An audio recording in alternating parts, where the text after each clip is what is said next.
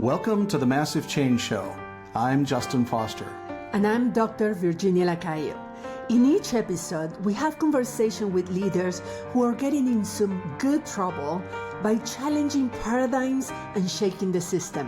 And after each conversation, the episode shifts to the second show, where Virginia and I chat about what we learned from the guest. If you know of any leaders who will make a great guest, please introduce us. And of course, if you enjoy the show, please like, share, and leave a review. Thanks for listening.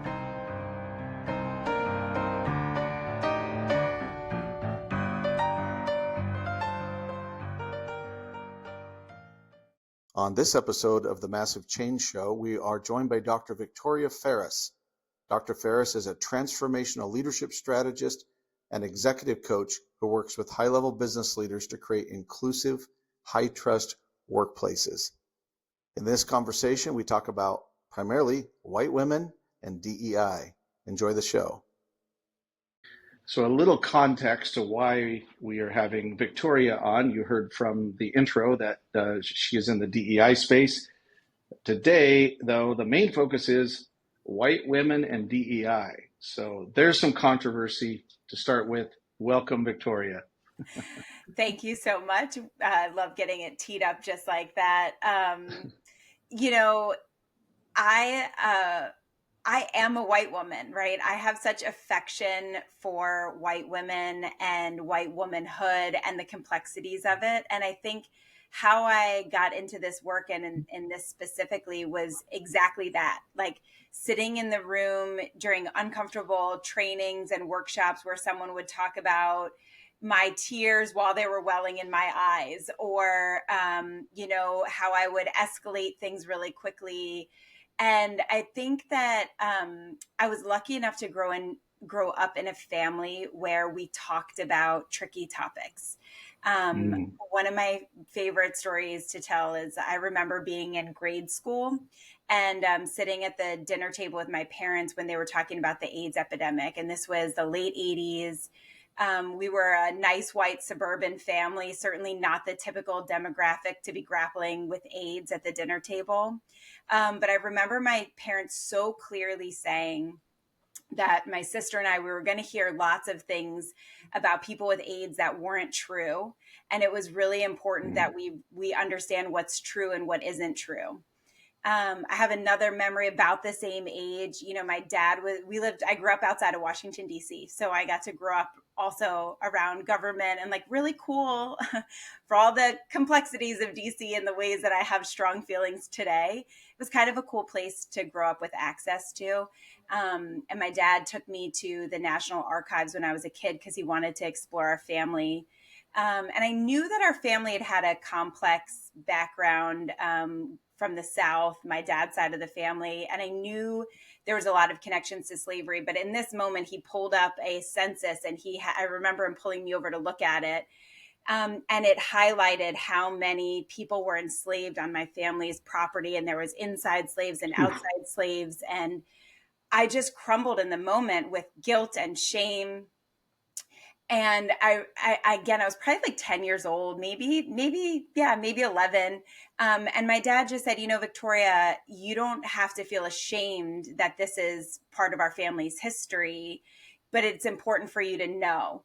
And I really attribute a lot of how I handle my work today to my dad inviting me to separate the feeling of shame from what happens next. And again, not shying away from those conversations. Those are pretty big conversations for a little kid to be having. And especially for a white kid to be having, again, a suburban, we're a nice white family. And so I think that those seeds planted young have really helped me not shy away from asking hard questions, learning how to face the truth with a steadiness, and not to say that I don't have complex feelings about knowing that this is how my family has benefited from and perpetuated these systems.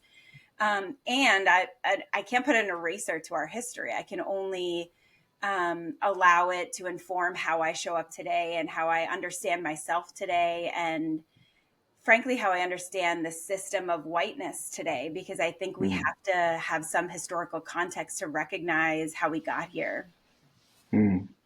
Very good.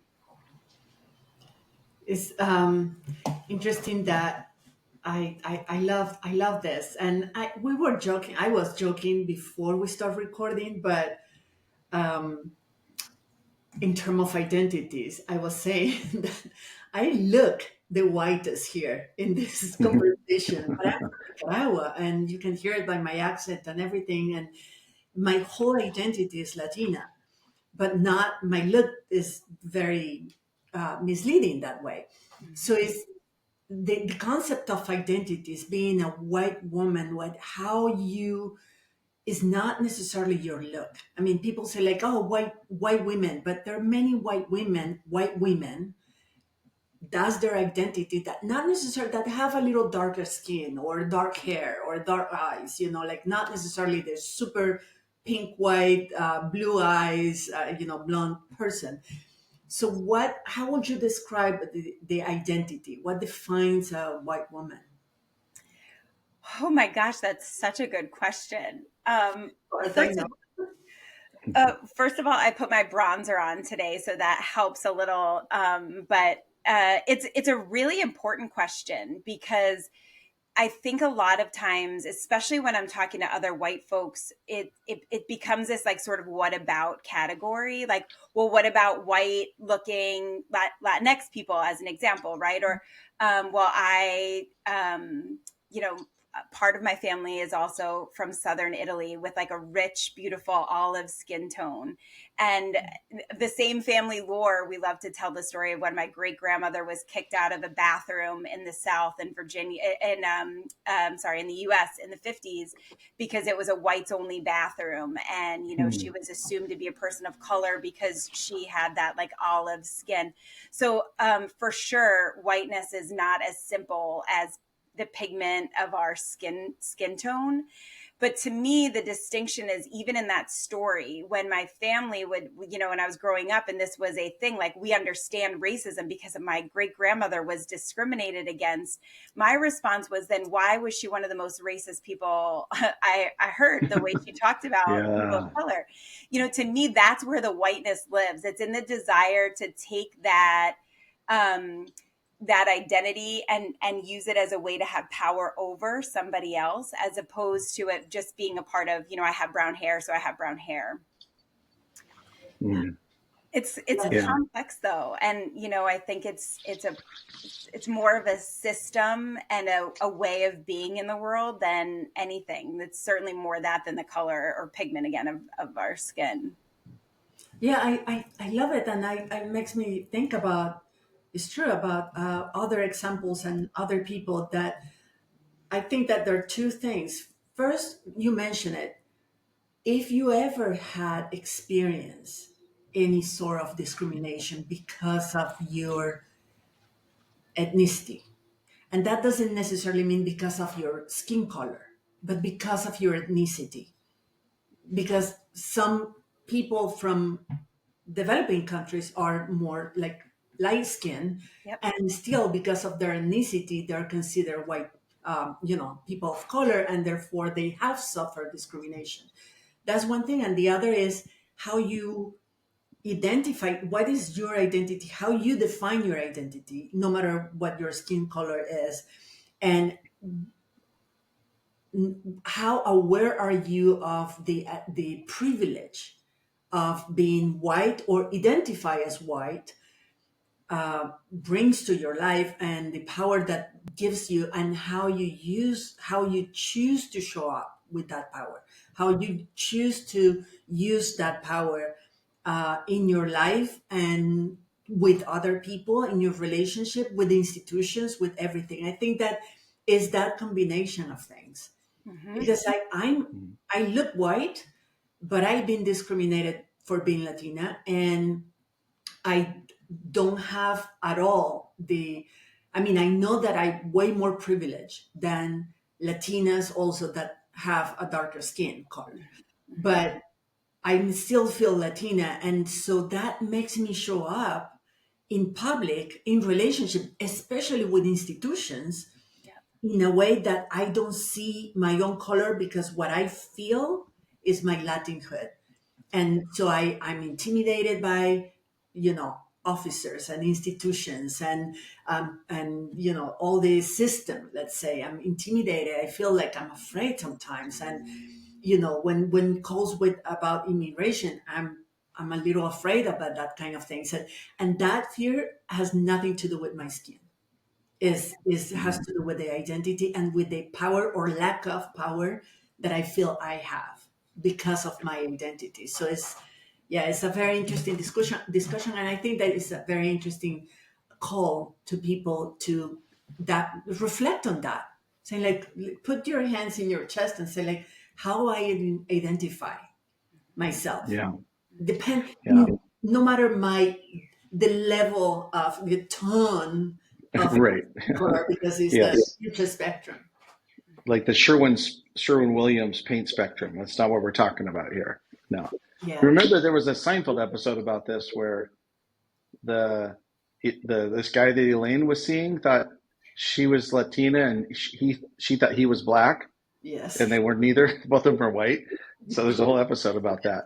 Yes. So let's get into what we call the system shaker questions, because you're doing some system shaky stuff, Victoria. So go ahead and kick it off, Virginia, with the first question, if you don't mind.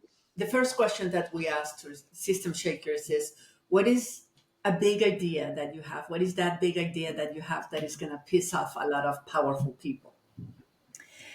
So I've been sitting with this question, and the true honest answer is that I have two answers, because every time I try to follow rules, I just reject them. So I am going to lovingly offer two answers. Please do. The first is that billionaires shouldn't exist, because I cannot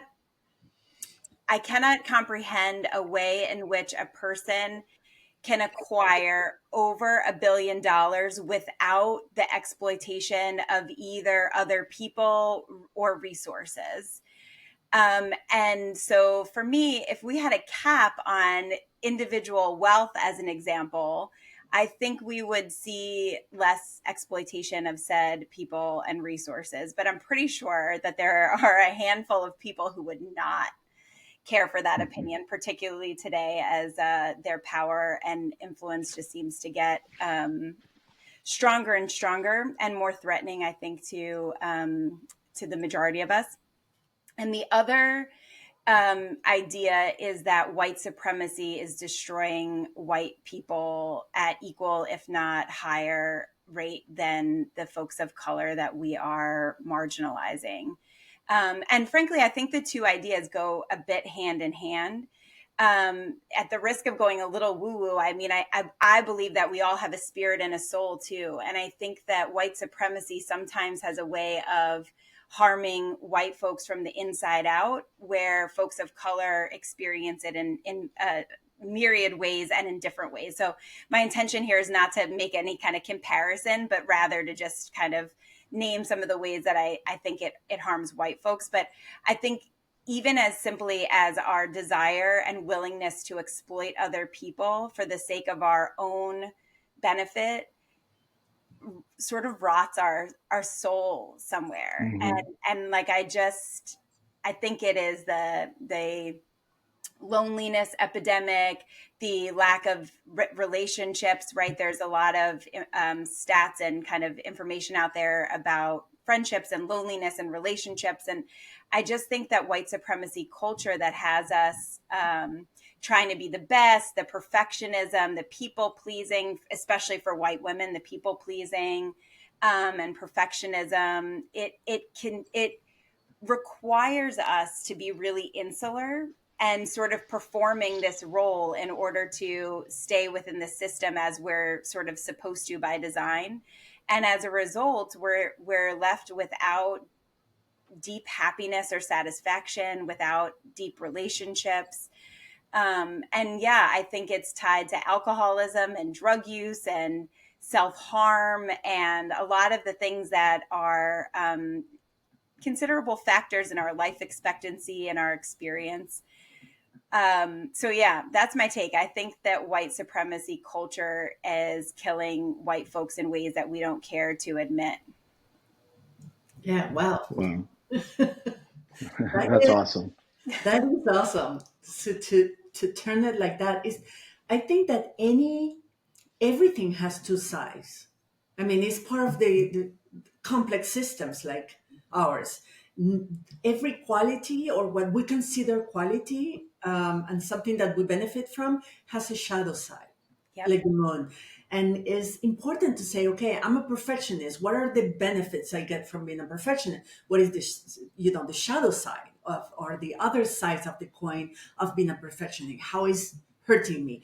And that happens with everything as well. So it's very interesting that you bring this up, saying like it's not all that either good or bad. Everything has a little bit of both, and we need to see how every privilege that we have come with a cost as well.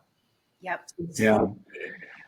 And as saying this as a swam, a straight white American male, these four power centers, if you will, what you said, Victoria, really like it. I could feel it in my bones, as a truth, as a thing that's true, even though it would be, you could almost hear the shouts of crucify her, this idea of that it's harming them. And it's karmic to some extent, I think, as you were saying. If you are comfortable with exploitation, you will also be exploited, pretty much guaranteed. But I think it's an existential identity crisis with white Americans, and I think it's my observation, obviously not my experience, but my observation with many white women. It's a similar thing, and it's what I call the hologram. And it's or living the life of good, like get good grades, you can go to a good college and, get a good job, meet a good person and have some good kids and live in a good neighborhood. You know how it goes. And that's not that those are bad things, but there's a hologram to that requires you to not feel privileged in that. And I think that's also why, there's very few things outside of entertainment that are considered white. And even the things that are entertainment come from come from basically creating the platforms of entertainment. But it's the Super Bowl halftime show is a great example, of how that we don't really have a culture. Everything that we have as white Americans is borrowed. Yep. And I think there's a strangeness to, a friend of mine once said that Americans have a culture, white Americans have a culture, but they have no roots. And so it's kind of surfacey, and that's the hologram. Yep. So, wow, like that's a good juicy quote for the promotion of the episode. So, hologram is so a really good way to describe it. I like that. Yeah, it's yours to use. So you think about your work now, and this sort of transitions into the second one of the system shaker questions is, how is that idea that both about billionaires and about, white supremacy hurts white people also, sometimes in some ways more. How does that apply to the work that you're doing in the world right now? Great question. There's one other thing I wanted to just name as Sure. it relates to the first question. And that is, I think the attacks we're seeing right now on the trans community as one primary example, to me, are a perfect example of this, what I'm describing, because I think that the power system, the system of whiteness, right, is incredibly threatened by the individuality and on the individual level, the freedom, the liberation that comes with a person breaking down the gender norms, breaking down the gender rules, and opting instead to live with authenticity and in their truth. And I think that that to me is just coming into focus, such a perfect example that why is such a small population of this country living in their truth so deeply threatening that it is dominating the entire narrative. And I think that being in queer spaces and in other spaces that are designed by and created for people of color is where I've learned just how hollow and how deep the hologram is in predominantly white, cis, straight kind of spaces. Mm-hmm. So that is also kind of how it became Yeah. my calling and my work is, as I was in different spaces and like, wait a minute, I have learned everything I know about how to be in relationship with other people, from Black women and queer people, particularly trans queer people, right? Because through the sheer fortune of meeting good people and being in relationship, what I've learned is what it looks like to be in community is an interdependence.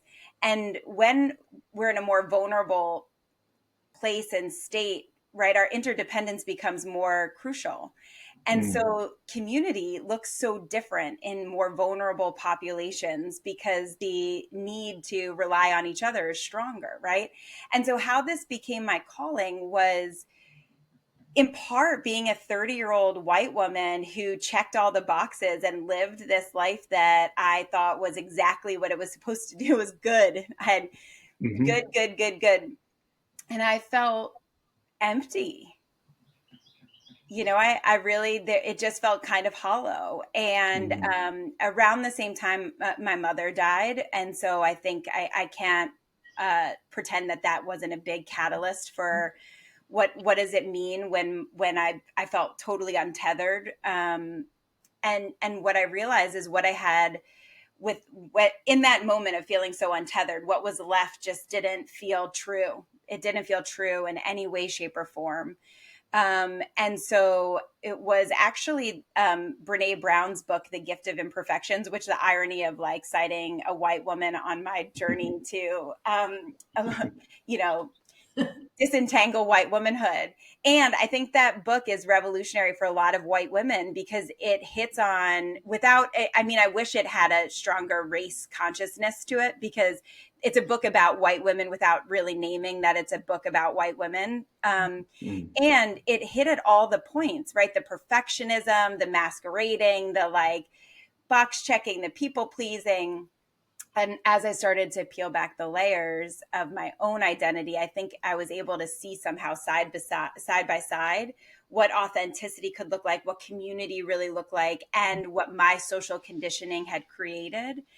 And I think that somehow in doing the work for myself, it's created a bit of a like yellow brick road to follow. And I think that while I'll drop a grenade about how I feel about white supremacy culture and white femininity and all the ways it's harmful, it is my lived experience. And I also hold such compassion for what it's like to be socialized in this way, to feel small, to be told that you're supposed to stay small, that everybody else's happiness is your responsibility, that, there's no room for mistakes, that we just have to raise the perfect children and have the perfect family and cook the perfect meal and host the perfect party. As much as it's like, these are first world problems, they feel really real and daunting. And I know that firsthand. And so I think that somewhere inside of me, there's been an understanding that my ability to hold both the compassion and the like frustration towards the system is a real winning combination for how to slowly pull at the strings to disentangle it. Yeah. So that makes sense. I mean, that resonates. So I can see then this sort of sets it up for that second question that we always ask, which is, so what kind of obstacles are you running into as you go out and you're doing I love that you called it your calling. Few people, I mean, it's one of my favorite words. Few people realize it as a calling. But you're following your calling and you're doing your thing. What kind of shit are you running into that you would consider to be obstacles or resistance? Or challenges, yeah. Yeah. I mean, the first thing that comes to mind is my own social conditioning. Like the probably the biggest thing I work on is owning my bigness, my big ideas, my opinions that are going to piss people off, my big mouth. I drop a lot of F-bombs. Like I love to feel unapologetic and yet there's a part of me that is always trying to pack that back down and to like find a nice way to package it and to make it feel more palatable. And so in some ways it is that exact conditioning that is the biggest obstacle. And outside of me, I think it's the same conditioning in other people, right? I think sometimes the folks that I think I could be in great community with are like the same. There's a part of them that's like, whoa, she's breaking all the rules. That makes her feel like maybe not a safe place to be in relationship. And I had another thought and I lost it. But I think that those are some of the biggest challenges, is just our own conditioning around niceness and tidiness. Like, I think that there's this idea that white women are supposed to be packaged in this really palatable way. And I don't fit that anymore. Yeah. What kind of resistance or challenges do you get from white dudes in leadership positions? Yeah, it's interesting because it's probably quieter resistance. Like, I imagine that other people hear more about the resistance than I hear. I just experience it. But I think that as a business owner, right, because my work is also tied to inclusive leadership and transformational leadership. And I think that there's the barriers there tend to be, you can't say things like white supremacy is killing white people in a corporate training, right? Which of course I know. And it can be a challenge to sort of translate these ideas into ways that I think make sense. But to me, what it comes down to is if white supremacy culture and the whole sort of system is dehumanizing, to me, the antidote is rehumanizing. So it is claiming my own humanity as like a big, messy person who drops F-bombs and sometimes doesn't spell things properly. In a workplace, what that looks like is, what if we all felt a little more room to be ourselves? What if we felt a little bit more respected, a little more seen? Even like as a working mom, I was conditioned never to talk about my kids at work because it would be like held against me, while, great dads are strong leaders, but working moms are, going to call in sick too much. And it's freeing to be able to say, I got 3 teenagers in my house, to pretend that that's all like a walk in the park feels inauthentic. And so to me, I think the challenge is that white folks largely are afraid to rehumanize, because it would require both an acknowledgement that we are a bit of a hologram sometimes, and we've kind of conditioned ourselves into this box that doesn't have as much depth and meaning as we might like. And also because the unknown is scary. And so we know what it's like to live this way. The idea of living different, I think, is intimidating. Yeah. Yeah.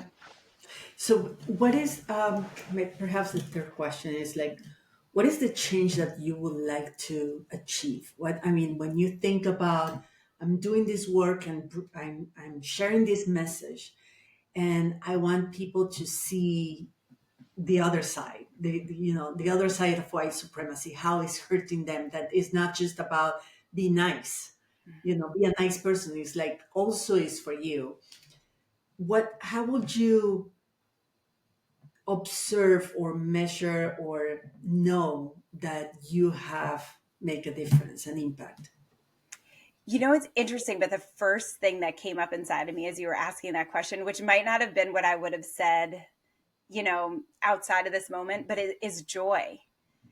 I think that joy is such an accurate barometer for how far we've stepped outside and healed ourselves and rehumanized. But to me, the joy that is experienced in a super queer, safe space where people are expressing and living and dancing and being, the kind of joy that I see in other, communal spaces where people feel free to be fully themselves. I think that joy would be such a good measure for how far we've come. And that doesn't mean that every workplace becomes a dance party, but I think there's an ease about joy. There's a way of being that I think we could accomplish if we were willing to acknowledge, heal, and lean into the uncertainty of what could be. I just think it would be beautiful and fun and joyful and free.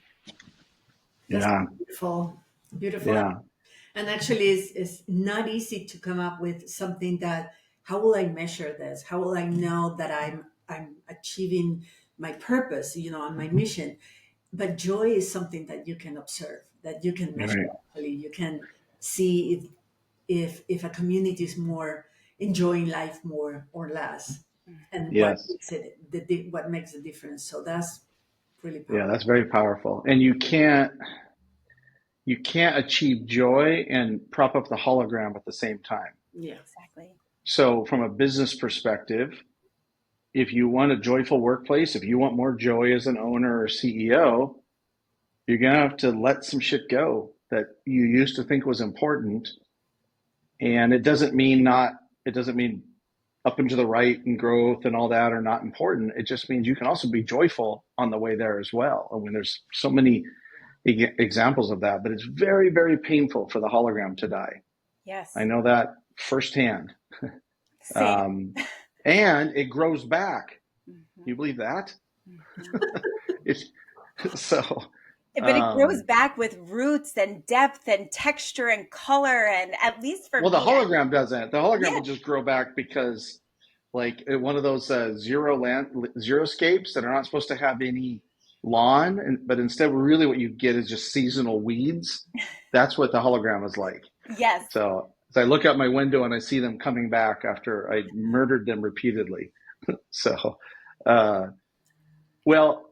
As expected, this is an awesome conversation. Is there anything else that came up for you in your heart, Victoria, that you just want to express, or anything at all? Just a little space at the end here before we shift into the second show. Or a call to action for the audience. I think the call to action speaks to me because as I'm thinking about joy, maybe it's also a wish. But I think that sometimes, like I named about like trans folks right now, when we see other people's joy, our envy calls us to sort of want to squash it.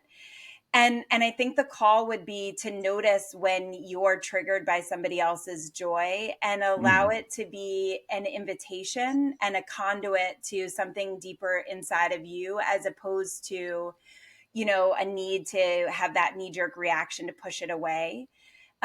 Because and I don't mean to keep centering on trans folk as if they're the only population, but as a queer human, perhaps it's just nearest and dearest to me today. But to be in proximity to that true joy of a safe, liberated person in their gender, right? Is a gift and not something that threatens my femininity. It is in fact something that can enrich my femininity and add to the depths and nuance of how I see myself. And the fact that folks are willing to claim that joy in the face of such profound violence is also a great motivator to why the rest of us can do it too. Wow. Yeah. Beautiful. Thank you. Yeah, I don't really have anything to add to that. I was like, wow. Yeah. It's gonna make me cry. Yeah. It's beautiful. Well, we'll put your links in the show notes, and I'm sure this will be one of many future conversations, recorded or otherwise. And thank you for the spirit that you brought to this conversation. And for the world needs more of you. So. Yeah. Thank you. Thank you both. And same, I appreciate you so much. I look forward to hanging out again. Sounds good. Thank you. Yeah, I know. Huh? It's like, phew, my brain is on fire right now. I have so many reactions. I wanted to, but the idea is for them to share. I know, right? I was reminding myself that. Yes. Yeah, wait until the second part of the show. But I think that if I might start Yeah, go, with please. the things that I was very impressed by. Never heard. I mean, the first one that, billionaires should not exist because nobody can make that much money without being exploitative. And Hmm. she refers mostly to humans, but that also applies to Oh, yeah, nature. Might be true. I might be mean, true. Right. I think it's true. I don't know if we can disappear them, really. I don't know if that's something is possible. I think that is also very human, and in a capitalist system is almost unavoidable as to some point. But I think that we should be more aware or raise more Yeah. consciousness about what it takes. If you Just want to, have that level of ambition, to think if you're willing to be the kind of person that is willing to do that kind of things, because there is yeah, no magic. right. And I would say just on that, because my brain will forget it, is I'd be happy to make a deal, which is you get to be a billionaire, but there can't also be Citizens United, the law that says that corporations are people. So where Musk was able to give 300 some million to the Trump campaign, not directly to the campaign, Yeah. is because the Supreme Court decided that corporations are people and therefore they have their right to representation. However, corporations, as large corporations, do not get taxed. Yeah. So so you can't do both. That's the trade I'd be willing to make, is you get to continue to be a billionaire, but your company is not a person.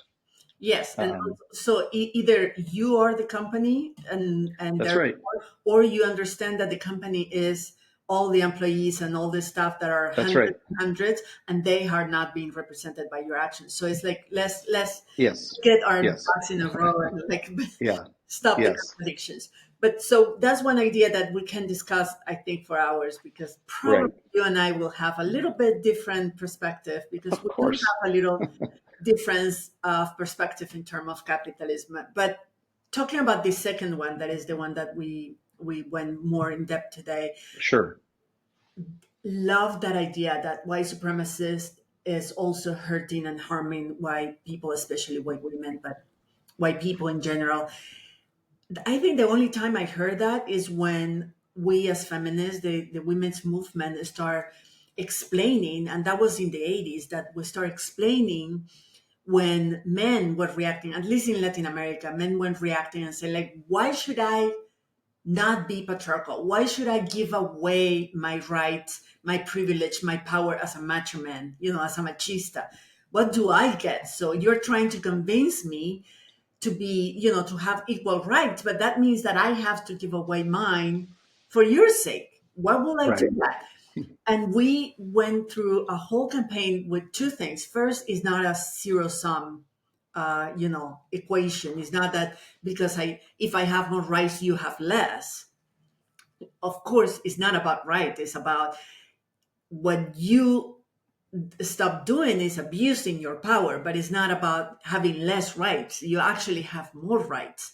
And second, we were revealing, at that time, we started revealing how patriarchy actually hurt men as much, and Hmm. how men will benefit from having a society where we treat each other more like peers, that the right to, for men not feel the burden that they have to be the only providers, that they have to be strong all the time, that they cannot be emotional, that children, even boys, how we raise them. I mean, so many, the right to enjoy your paternity leave and to enjoy your children and your babies. I mean, so many, to hug, to express emotion, to be affectionate. So I remember that, campaign that was, Hmm. whole women's movement in Latin America was into that in the 80s, when we were trying to unmask and show that patriarchy is not only, somebody loses and somebody wins, that everybody loses and everybody wins in this situation, but mostly we're all losing. We're Hmm. all losing. And so hearing this for the first time applied to white supremacy was fascinating, because it is true, related to all oppressive systems. Hmm. It's true. Yeah. Yeah, I've not heard, I'm sure it's out there, but I can say I have not heard a white woman say that. I've heard, Bell Hooks said this, Audre Lorde said this, James Baldwin said this about white supremacy, but they're all people of color. Yeah. And I've heard you say that about patriarchy, and you're shaking the system executive briefing that you give, or the keynote. You talk about Eurocentrism, which is the same thing. My little tweak to it, though, is that it's why I have taken to calling it corporate feudalism, because yes, the pigmentation of the people that are the primary exploiters in this country over the last four or 500 years is white skinned men mostly. But it's really, people will hear that and they will then assume that it's about ethnicity and not about mindset. So there are a lot of people that do not have white skin that do practice white supremacy. You see them in the current administration, some of them. Yeah. And this is something I've learned from the Indian culture, India and Asia, Indian culture, of this sort of like self-colonizing, if you will, that there's a certain way of doing business that is just expected if you want to be successful. And I think her tying billionaires to white supremacy is really spot on here because of that. And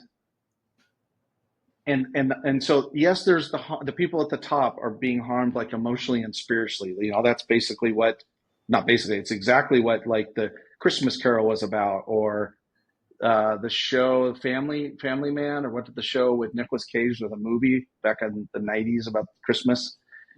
There's a sort of like the awakening of your privilege and everything. But the thing that gets me as someone that grew up in rural America is the people that are most hurt by this idea are the people that vote for it. And you see this now with the Doge, the fake government agency, and the cuts they're making, and the town halls now they've canceled these town halls the Republicans have because they don't have the balls to have them. The rank and file people, mostly white, are super upset about the things that have happened. And there's a strong feeling inside of me of like, well, no shit. What did you think was going to happen? And then that's what it was. It's the thinking. And it's similar to even what she said about trans. It's like, why does someone else identifying and going through the whole agonizing journey of that to say that they're trans, why does that affect your life in any way? Because it sure as hell affects your life when white supremacy type corporate feudalism affects your life on a day-to-day fucking basis. And yet they're apologetic, or they make excuses for that. The middle America, or white, MAGA white people in rural America in particular. And it blows my mind. And I think it also extends out to suburbia, where there's so many people that talk about a lack of purpose and meaning. And she talked about how you can tie it back to addiction and self-abuse and everything. That's corporate feudalism. And most people in suburbia vote for that. They vote for their captors again and again and again. And it makes no sense to me why they would do that. I think that in this country in particular, white supremacy is very tied up with evangelist Christianity.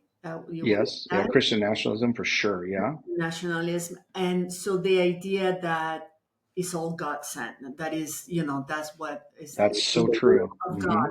So it's like we are supposed to be supremacists. We are supposed to rule over others because for centuries we are the ethnicity, the race that God chose as the superior one, and therefore we have to keep that, and it's very convenient to make that. But they're not ruling though, right? I mean, you think they're not ruling, they're not getting any benefit from that. Exactly, but the idea, but because religion is so strong especially here, determine people's behavior and beliefs, and everything is permeated through that that they're willing to accommodate and justify in their mind the things that are happening and how they've been harmed because that's what God's supposedly decide. Yeah, that is supposed to be Yeah. the way it's supposed to be. So it's not just a practical analysis of am I winning or losing? This makes sense or doesn't make sense. It's like it might not make sense, but that is what God wants. And Yeah. therefore I'm gonna justify it and I'm gonna support it and all that. Yeah, I can see that. And it's interesting because she mentioned about the interrelationship and interdependencies. That is true. White supremacy needs something like a nationalist, how you call it, Christian nationalism. Christian nationalism, yeah. Christian nationalism to support their beliefs and their behavior. And also patriarchy needs that. And also classism needs that. I mean, it's not by chance that everything, each one of these systems support the other. So we cannot just talk about white supremacists without talking about classism, because at the end, everything is about fear to the otherness, is fear to what is not me, what is different to me. And so everything she said, that we get isolated, we bubble up, we become the sacred, the untouchable, the uncorruptible in the sense that don't mix anything, and everything else, the more the difference, the more the threat. But it happens with everything. I mean, we're seeing it right now with white supremacists and Christian nationalism, and the relationship. But it happens in patriarchy, with patriarchal system. It happens with exploitative capitalism as well. Yeah. That's why I call that whole bundle, corporate feudalism, because it is affected by each of those different power dynamics. Yeah. I'm curious, you as an immigrant and a Latina and a naturalized citizen here now, what do you, when you think of white culture in the United States, what comes to mind? What comes to mind? Yeah, if you were to describe white culture, what comes to mind? That I don't in the U.S. Yeah, I don't think of necessarily a specific group of people, because as you said, I've seen a lot of people with a lot of different color skin that behave and believe and promote and defend white supremacy.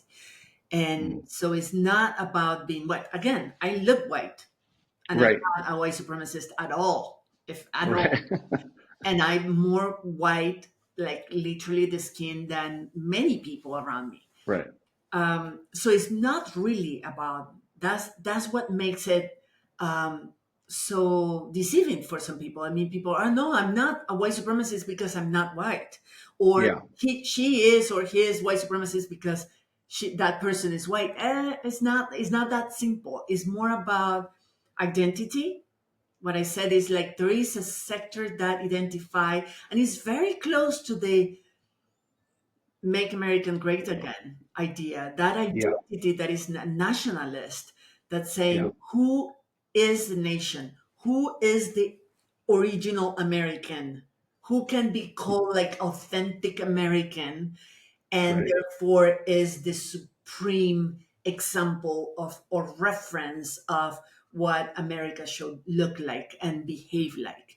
And so that association with that identity, that is usually a white, whatever tones of white, but identity, background, family genes, white heritage, male, heterosexual, upper middle, middle upper class, or like rich, and not disabled in any way, that set of things, of characteristics that create an identity, is what is linked for me to white supremacy belief system and behavior.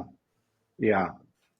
And that happens for women, men, children different tones of Yeah. colors because it's about who is my reference of identity, who I identify with. Yeah. And you can see this in sort of Hollywood, if you want to call it that, in how certain people are portrayed, where it creates the perception, for example, that Mexico is just full of narcos, that type of thing. Because the movies sort of show, not sort of, they show that. And are those things real? Yes, they're real, but that would be like only showing a tiny fraction of what the United States is like. And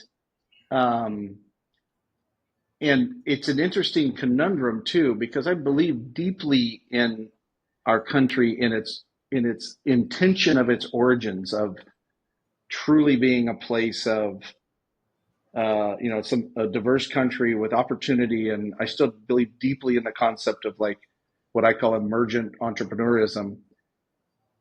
But you can't do that and not reconcile the white supremacy part of it too. And I think that's just a discussion that most people don't want to have. Like, there's that funny bit with Jim Gaffigan where he says, "You want to make somebody uncomfortable? Ask them about their relationship with their Lord and Savior Jesus Christ." Because you could ask the Pope that, and he'd look at his watch and go, "I got an appointment to run to." It's a similar thing. Like, if I would just go as a white dude and I want to do this, I just kind of want to go around and ask white people, "What's your thoughts on white supremacy?"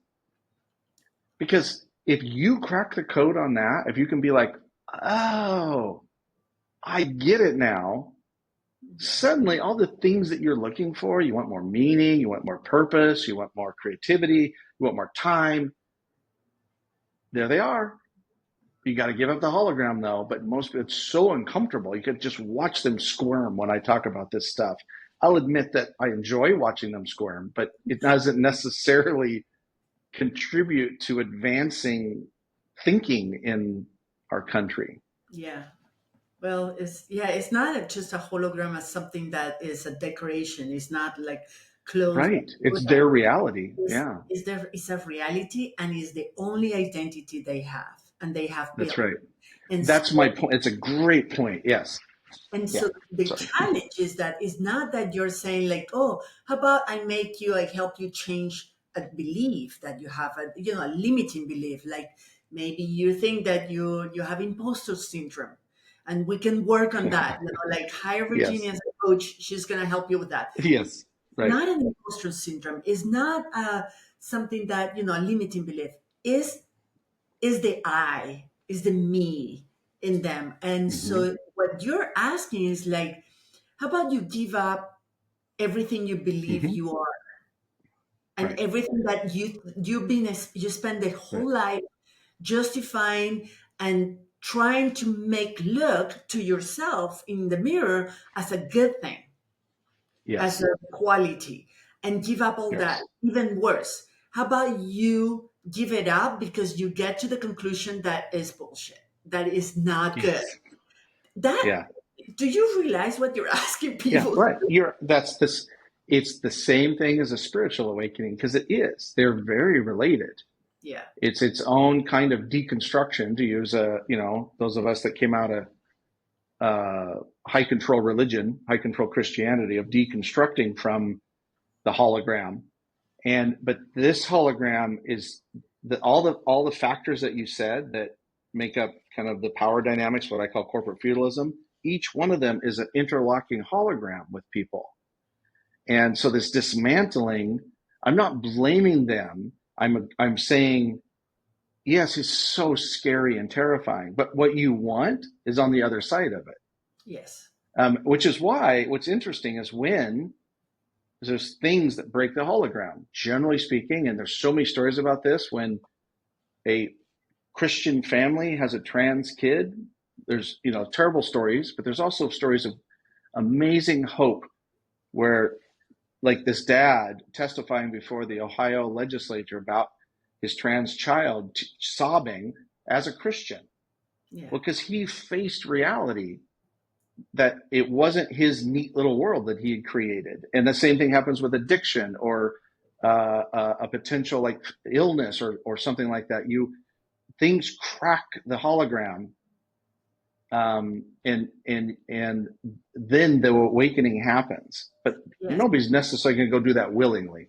Yes, but look at how smart the system is, because this what really changed paradigms is the experience. Right. Experiencing something that create a shock in your belief systems, in the way you understand the world, that you understand yourself and understand others, that is so powerful that you cannot go back to what it was. And now Right. you have a different paradigm. You understand things differently. So having a child that is dealing with an issue that you rejected before, or having a that life experience, whatever. I mean, having an experience that is so powerful that it forced, because it shocked your system, it forced it to change. But you have to have that experience, and there is no coincidence that all these systems, patriarchy, white supremacy, they reject the otherness. They keep you isolated and bubble up away from the otherness, fearing the other, so you don't have that experience. So That's you right. don't experience the other, and therefore you have no opportunity to allow your system to change and to evolve, because conversations per se, media, messages will not change. How many That's times right. you try to convince someone to have Right. changed their perspective is not through conversation, it's through personal experience. Exactly. We need to break that isolation. It's one of the most important challenges that we have, is break the isolation and create the conditions for people to interact with each other, and it's not force experiences on people, but force interactions. Yes. And we used to, it used to be in, the places like the military or sports, especially since the 1950s. And yet it's also now, because if you're economically advantaged and you do not want to face reality, you can buy the most beautiful hologram with the private school and the neighborhood with only acceptable brown people in it. Like, you can build all that if you have the money. And then and so that's why Mark Twain said the only cure for narrowness is travel, literally and figuratively, to create those experiences. Anyway, we should probably let people get back to work. Yeah, we can keep talking and overcome later. Okay, sounds good. Yeah. Yeah. Okay. All right.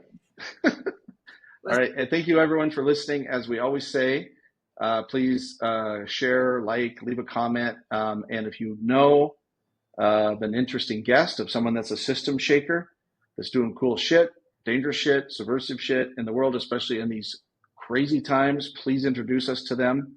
We'll have them on the show, and we hope you all have a great and joyful day. Take care. Thank you.